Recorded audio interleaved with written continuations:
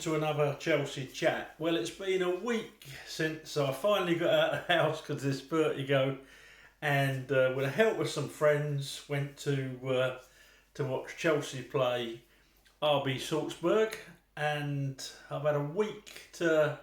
Wasn't going to do one of these, as you know, but international break, so I thought, why not? We'll do a couple of little videos. So, what did I think of it? Well, I'll tell you first of all, it was 1-1 in the Champions League group stages at Stamford Bridge. We had Kepa in goal.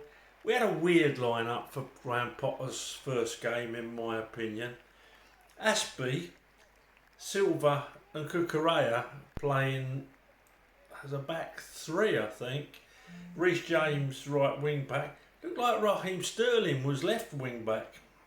In the middle, we had Mount, Jorginho and Cover. Up front, Aubameyang and Havertz. So, my thoughts on the evening. Well, first of all, welcome to Graham Potter. I hope you're successful, because if you are, it's a win-win. We've certainly got to support you, no matter what we thought of the Tuchel sacking. But a weird lineup, a very weird lineup. You've just paid 80 million for a central defender that's got a fair bit of pace, and you say in your pre-match press conference that they can hit you on the break. So you say, I know what we'll do. We'll play probably our slowest central defenders and see how we get on against that pace that's going to be coming at us. Aspie, love him to bits, club legend, still a decent defender. But if you're worried about counter-attacks, do you play Aspie? I don't know. That's why Graham Potter gets the big bucks. Silva in the middle, absolutely mercurial all night, apart from one mistake that led to their goal where he went for a slide tackle and slightly mistimed it. Cucurella was decent. First thing I noticed was the atmosphere at the bridge. I don't know if any of you agree that went a little bit subdued. One of the worst atmospheres I've come across at any game with Chelsea. I've known it livelier in there for the League Cup and for the what was that? Europa League. I've known, when we're playing FC Godforsaken, I've known a better atmosphere in there, so that was surprising. I think people were in a state of, they seem to me, could be wrong, to be in a state of sort of no man's land, a bit of a state of shock. Tuchel's gone, Potter's come in, really unknown quantity. Yes, he plays nice football, but one of the big problems he's had at Brighton is they don't get enough goals. So when you're looking for a manager for a team that doesn't score enough goals, who do we go for? Well, let's go for the manager whose team doesn't score enough goals. And Chelsea really showed exactly why we're struggling. They had 17 shots and only 4 on target. That lot, Salzburg, they had 4 shots and 3 on target. And that really tells you everything. I was standing right behind the shed, and Aubameyang should have took this shot on first time. Every day of the week, twice on Sunday, and took an extra touch and it got blocked. And there's a guy that's allegedly one of the best finishers in the world, and as soon as he puts that blue shirt on, he hesitates. Kai Havertz, he was in a position where you had to shoot, and he decided to pass it to Sterling, who was then, that Salzburg, look, they were well organised, they could defend, and it was their cup final, they gave it everything. We're going to get that, well, we've had it twice, haven't we, but we're going to get that. In front of goal, we are just so lacking in confidence. Mason Mount was unlucky. He hit a beautiful shot, but he put a little bit of side on it, so it came away from the keeper, and unfortunately it missed the post by a couple of inches. I thought it was in all the way, and I was stood virtually right behind it. So yeah, we huffed and we puffed. It was a little bit better than we've seen under Tuchel recently.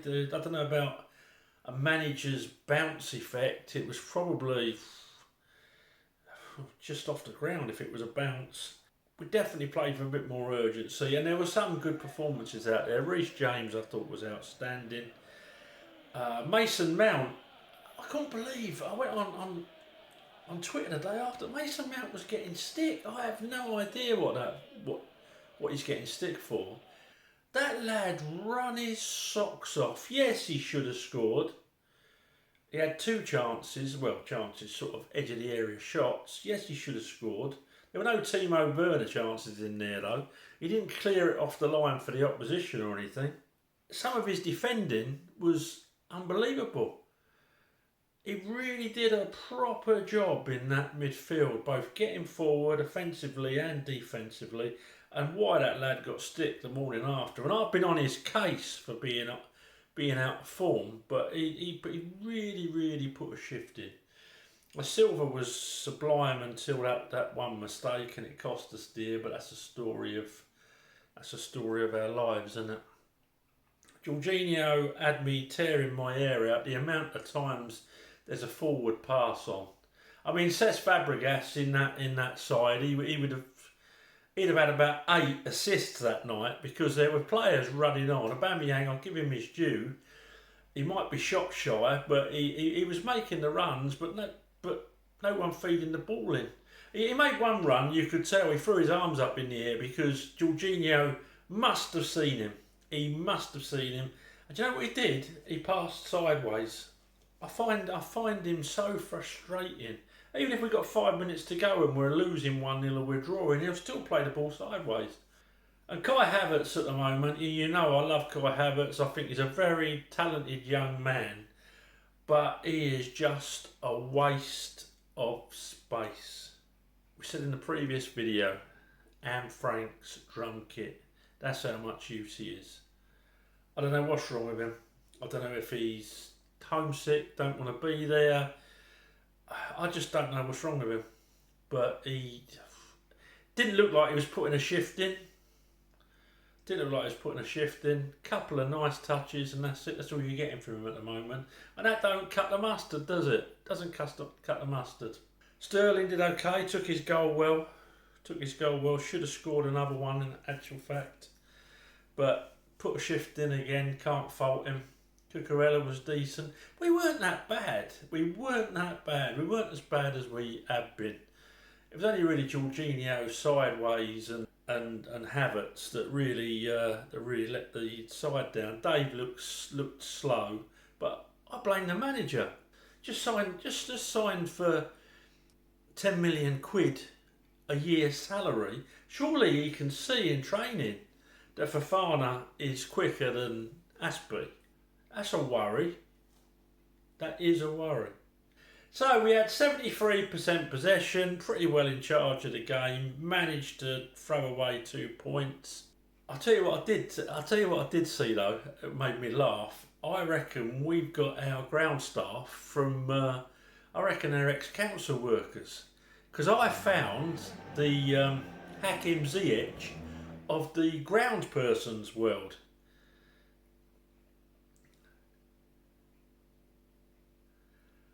And then I found his mate with him, the Pulisic of the groundsman world.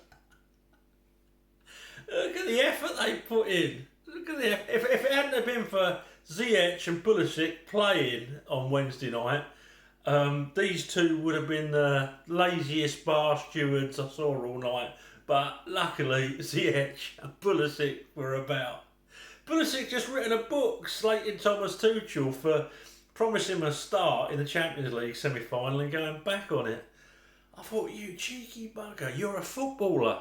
Yes, Tuchel shouldn't have promised you in the first place because, it's down to the manager, he can change his mind.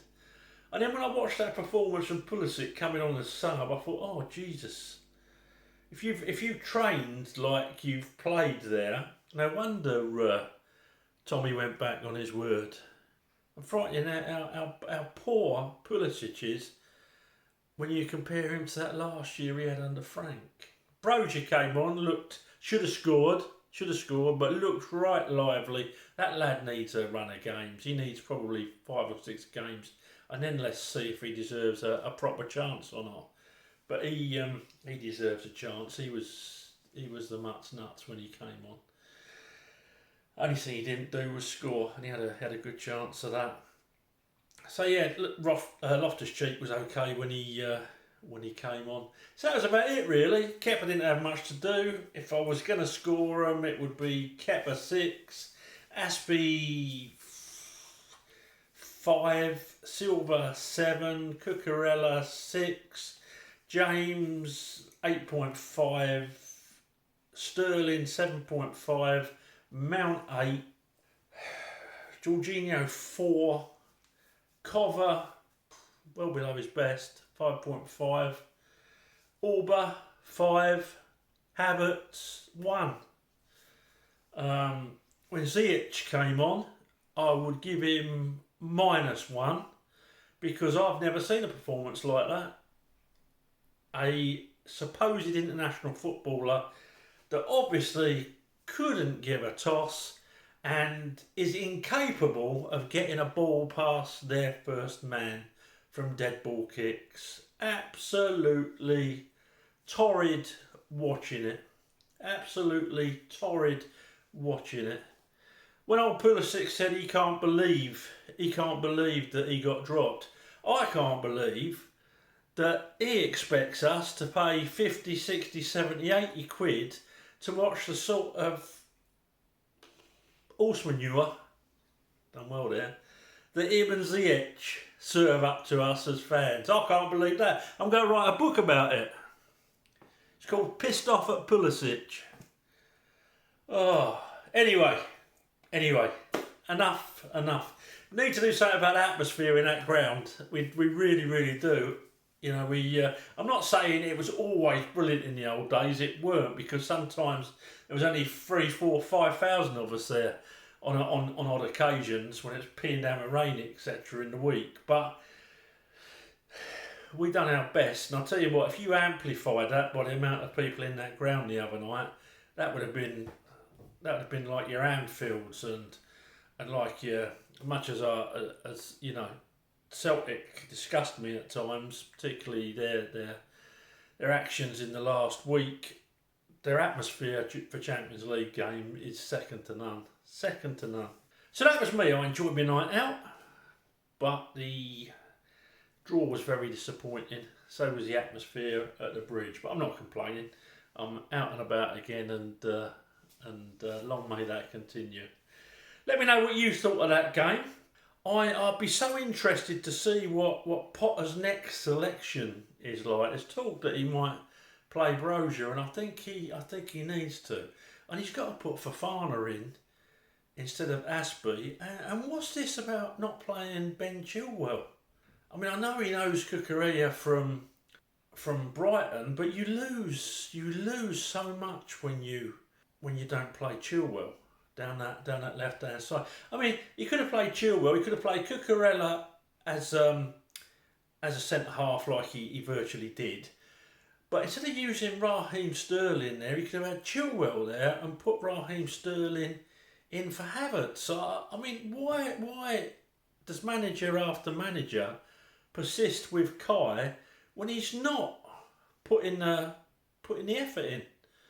And I can see when a player's not trying. I'm not being, I don't want any hate against Havertz, because I think he's a great young man. I think he's potentially a great player, but he's just not doing it. Just not doing it. And he's settled in now. We can't blame anything. He joined at a hard time on his own during COVID. It must have been a nightmare. But you've got to have some mental strength as a footballer, and he's got to start doing it. Otherwise, he's dropped. She'd never been on that pitch the other night after the first 10 minutes. Never been on. A brave manager, Mourinho or Conte would have hooked him off, I'm sure. So that was it. I'm going to do a little piece on Todd Bowley's Salt interview. For those of you who haven't seen it, watch it. It's quite interesting. We'll have a little chat and we'll analyse what he actually said. The stuff that upset everyone. Okay, thanks for watching. Please subscribe to the channel, and yeah, speak to you soon. Up to Chelsea.